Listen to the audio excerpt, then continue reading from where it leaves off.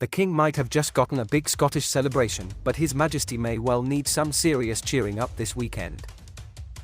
Get out the good 18-year-old Lafroig.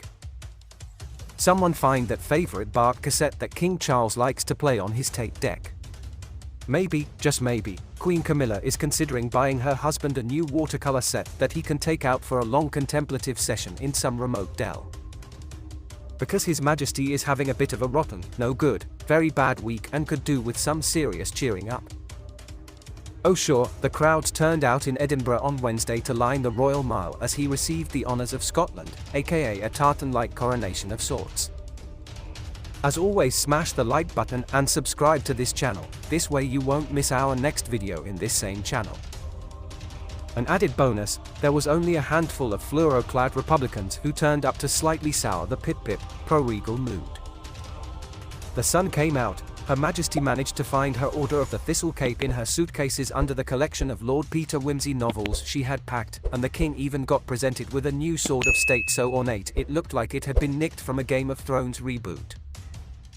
But the whole thing was still a bit of a damp squib, not least because of one particular ingredient in the mix: the appearance of Kate, the Duchess of Rothesay, as she is known north of the border. In a grim repeat of what happened after Charles' actual coronation back in May, the media coverage of his Scottish ceremony was not breathlessly focused on the country's newish king, but on his glamorous daughter-in-law instead.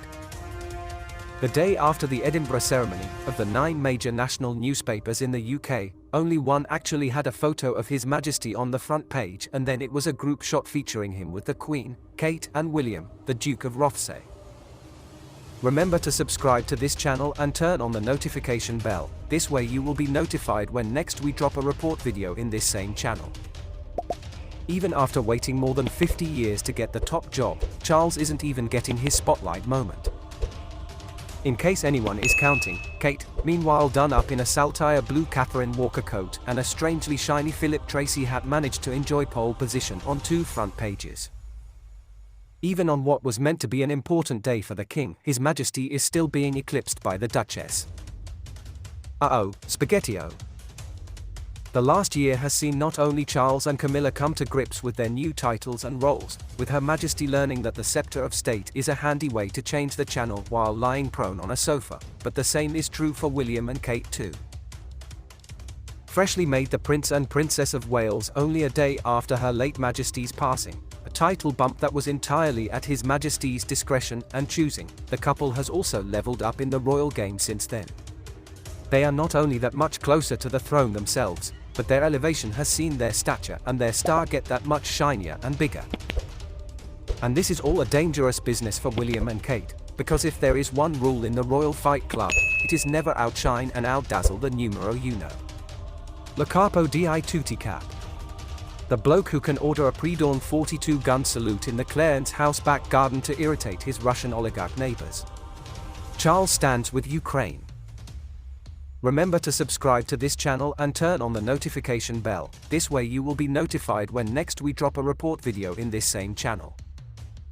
The last 40 years is testament to what a mess things become when various factions inside the royal tent, intentionally or otherwise, eclipse those higher up the line of succession.